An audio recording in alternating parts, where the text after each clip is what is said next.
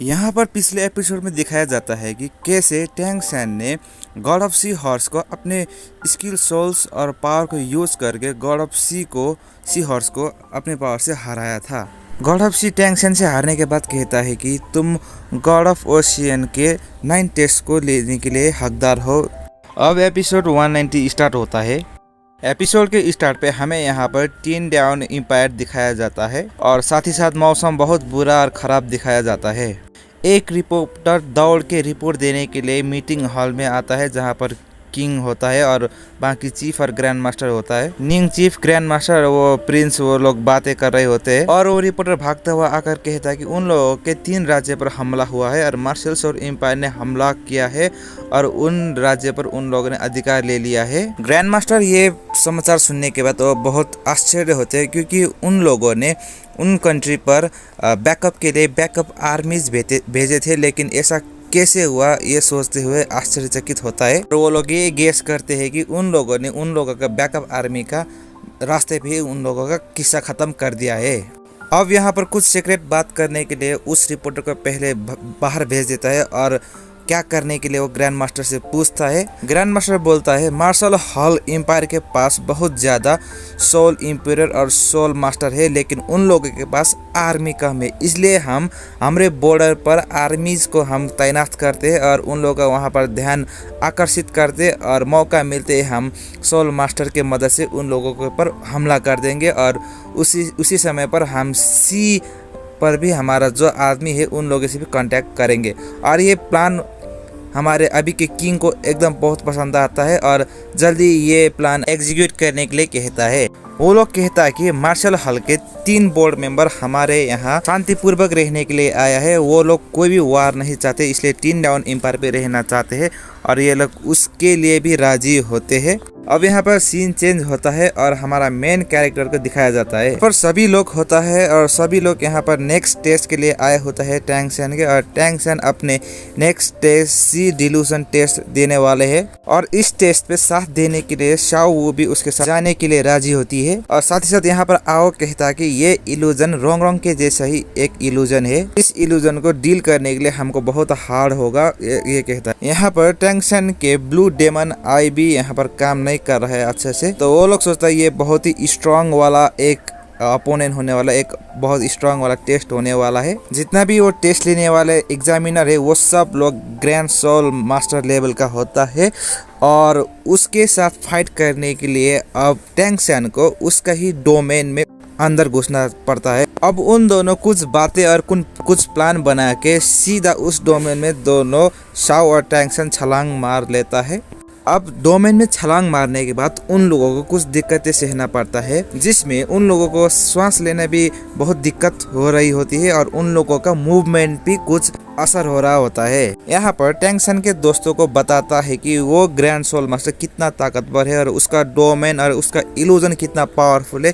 उसका illusion powerful होने का एक रीजन है उसका एक स्नेक, और वो ग्रैंड मास्टर एक गार्डियन के 3rd नंबर पे आता है।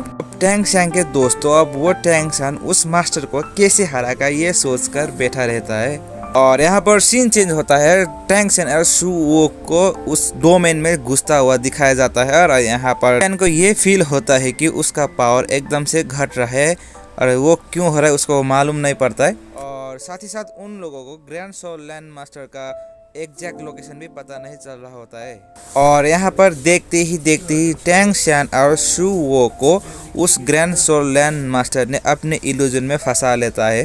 इल्यूजन के अंदर ही उन लोगों को स्टार फॉरेस्ट पे दिखाया जाता है। ये जगह वही जगह होता है जहाँ पर शाओ वो ने टैंग सैन के लिए अपने सोल को त्याग किया था। और साथ ही साथ टैंग सैन को मार्शल हॉल के कुछ सोल मास्टर ने एकदम बेरहमी से मारा था। ग्रैंड सोल लैंड मास्टर जो इल्यूजन के मास्टर थे उन मास्टर ने टैंग सैन को ये इल्यूजन दिखाने के बाद टैंग सैन अपना होश खो बैठता है और पूरा गुस्से में आके अपना फुल पोटेंशियल और फुल पावर यूज करके उसी इल्यूजन के अंदर फाइट करता है। असल में टैंग सैन एक इल्यूजन के अंदर फाइट कर रहा होता है, उसने अपने कॉन्शियसनेस खोने के कारण वो ऐसे बर्ताव कर रहा होता है इल्यूजन के अंदर, और उधर रियल सिचुएशन में भी टैंग सैन को ऐसे ही हालत में होता है और अपने को बहुत दर्द हो रहा होता है। एक्चुअली टैंग सैन शाओ वू को बचाने को बहुत कोशिश करता है और यहाँ पर इल्यूजन के अंदर ही इतना घमासान युद्ध होता है कि इतना भयंकर प्रलयंकारी युद्ध होता है कि टैंग सैन अपना full power, full strength, full potential use करता है और पिछले बार जो लोग को टैंग सैन मार नहीं पाया था उन लोगों को अभी वो चुन चुन के और पकड़ पकड़ के मार रहे होते हैं। टैंग सैन अपने गॉड ऑफ असुरा के फॉर्म में बहुत ओवर पावर होता है उन लोगों के ऊपर और उन लोगों को एक एक करके बहुत बेरहमी से मार देता है। टैंग सैन पिछले बार अपने प्रेमिका शाओ वू को बचाने नहीं पाया था, इसके रिग्रेट होता है, लेकिन इस बार वो उसको बचाएगा और अपने प्रेमिका शाओ वू को मारने नहीं देगा ऐसा समझ के वो फुल पावर में फाइट ले लेता है। कुछ देर फाइट चलने के बाद टैंग सैन एक आदमी का पूरा हाथी उखाड़ देता है। पिछले बार की तरह इस बार भी टैंग सैन को उन लोगों ने उसको लटका के रख दिया होता है और ये देखकर शाओ वू अपने आप को टैंग सैन के बचाने के लिए सेक्रीफाइस करने के लिए आगे बढ़ता है। जब शाओ वू अपने आप को सेक्रीफाइस करने वाली होती है तभी हमारे हीरो टैंग सैन अपने फुल स्ट्रेंथ लगाकर शाओ वू को सेक्रीफाइस करने के लिए नहीं देती है और इस बार मैं तुमको बचाऊंगा बोलकर वो शाओ वू को गले लगा लेती है। और टैंग सैन कहता है कि मैंने कहा था शाओ वू मैं तुमको बचाऊंगा, मैं तुम्हें मरने नहीं दूंगा, ये कहता है।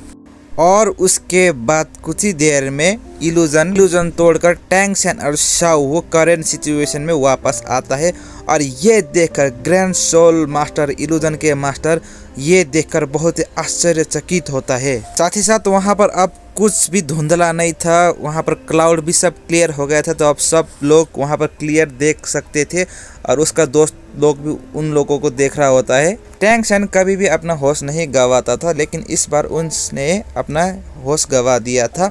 ये देखकर टैंग सैन का दोस्तों बहुत चकित और आश्चर्य होता है। लेकिन यहीं पर ग्रैंड सोल लैंड मास्टर कहता है कि टैंग सैन ने इल्यूजन मास्टर का इल्यूजन ब्रोक ही नहीं, उसने एक पावरफुल अटैक इल्यूजन मास्टर पर कर दिया था। और ये देखकर और सोच इल्यूजन मास्टर भी इम्प्रेस होता है। इल्यूजन मास्टर का इल्यूजन एक अलग ही लेवल का इल्यूजन था, ये नॉर्मल इंसान का जैसे इल्यूजन नहीं था। अगर कोई भी इंसान उस इल्यूजन के अंदर मरता है तो रियल लाइफ में भी मर जाता है। अब यहाँ पर टैंग सैन इल्यूजन मास्टर से बोलता है कि तुमको ऐसा नहीं करना था, तुमने मेरा बहुत ही पेनफुल टाइम और पेनफुल मेमोरी को तुमने दिखाया है और साथ ही साथ शाओ वू को भी तुमने हर्ट किया है। इल्यूजन मास्टर उसका जवाब देते ही बोलता है कि यही मेरा स्पेशलिटी है, अपना ओपोनेंट का मोस्ट पेनफुल मेमोरी को इनहेंस करके बढ़ा करके उसका पेन को बढ़ा नहीं, उसका डोमेन का स्पेशलिटी ये होता है। और साथ ही साथ इल्यूजन मास्टर ये बोलता है कि तू ही दोषी है क्योंकि तू ही इतना कमजोर है कि अपने प्यार को भी बचा नहीं पाया। और ये बात सुनने के बाद टैंग सैन को बहुत गुस्सा आता है और फिर से अपना गॉड ऑफ असुरा मोड में चला जाता है। लेकिन इस बार शाओ वू उसको रोक लेता है कि जल्दी मत करो, रोको, ऐसा मत करो कहता है। लेकिन टैंग सैन गुस्से में होने के कारण वो शाओ वू के बात नहीं सुनता है। और साथ ही साथ लास्ट में जाकर 190 का एपिसोड यहीं पर खत्म होता है। हमारा एक्सप्लेनेशन आपको अच्छा लगा तो चैनल को सब्सक्राइब कर दीजिएगा और अगले एपिसोड भी देखना चाहते हैं तो हमारे चैनल को सब्सक्राइब करके रख दीजिएगा। टैंग सैन के एनिमी के लिए अपने पांव पर कुल्हाड़ी मारने के जैसा है, जिसके साथ ही दोबारा से एक और कोलिजन होता है और ghost grand soul land master देखते हैं अशुरा हेल का ब्लड और भी ज्यादा डार्क कलर का होने लगता है। Ghost grand soul land master यहाँ पर यही फील कर रहे होते हैं कि उनके ब्रेन पर किसी ने बहुत ही ज्यादा हैवी हैमर से अटैक कर दिया है। Ghost grand soul land master की सोल फॉर्म यहाँ पर काफी ज्यादा इंजोर हो चुकी होती है और डेथ गॉड डोमेन के अंदर वो काफी ज्यादा वीक होती जा रही होती है। और इसी के साथ ही अभी के लिए ghost grand soul land master की मेंटल स्ट्रेंथ भी अपनी जगह पर नहीं होती, जिसके साथ ही ghost grand soul land master अपनी सोल बॉडी को रेस्ट्रेन कर देते हैं और दोबारा से अपने इंसान वाली फॉर्म में आ जाते हैं। हालांकि टैंग सैन को भी इस बात का पता नहीं होता कि पर्पल डिमोन लाइट इतनी ज्यादा पावरफुल हो चुकी हुई है जो कि किसी ग्रैंड सोल लैंड मास्टर के साथ फाइट करते हुए भी उसकी डोमेन को इतना इजीली तोड़ सकती है। मगर डेथ गॉड डोमेन बहुत ही easily ghost grand soul land master की पावर को काफी ज्यादा कंज्यूम कर लेती है। और इसी के साथ ही Tang San death god domain की वजह से ghost grand soul land master के स्पिरिट अवतार को भी तोड़ देता है। तो जैसा कि हम सबको पता है, तांग सेन अपनी कंट्रोल टाइप ब्रांच में सबसे ज्यादा पावरफुल और सबसे ज्यादा वेल एक्सपीरियंस है। मगर अभी के लिए जो पावर तांग सेन घोस्ट ग्रैंड साउलैंड मास्टर के सामने शो करता है, वो पावर काफी ज्यादा अमेजिंग होती है और घोस्ट ग्रैंड साउलैंड मास्टर को इस बात का अंदाजा नहीं होता कि तांग सेन पहले ही इतनी ज्यादा टेरिफाइंग स्टेट पर पहुंच चुका हुआ है। जैसे ही घोस्ट ग्रैंड साउलैंड मास्टर का स्पिरिट अवतार टूटता है, उसी के साथ ही तांग सेन उन्हें और कोई भी चांस नहीं देता जिसमें वो अपनी स्पिरिट रिंग को यूज कर सकें, क्योंकि ये तांग्स क्लैन का सबसे मेन रूल है कि जब आपको पता चल जाए कि सामने वाला ओपोनेंट आपका ओपोनेंट नहीं बल्कि आपका एनिमी है, तो उसे वहाँ पर ही किल कर दो और उसे अपना अटैक यूज करने का कोई भी मौका ना दो। जिसके साथ ही तांग सेन की रेड स्पिरिट रिंग ग्लो करती है और ये तांग सेन की 8th स्पिरिट रिंग होती है। और अपनी स्पिरिट रिंग को अपनी ही डोमेन में यूज करना, जो एनर्जी इस स्पिरिट रिंग से निकलने वाली है वो बहुत ही इजीली घोस्ट ग्रैंड साउलैंड मास्टर को किल भी कर सकती है। और ये तांग सेन की 8th स्पिरिट रिंग की सेकंड टेक्निक होती है, active control technique blue silver और का डेविल्स अब्जॉर्प्शन, जिसके साथ ही घोस्ट ग्रैंड साउलैंड मास्टर की आईज से, उनके कानों से, उनके माउथ से और उनके नाक से खून निकलने लगता है।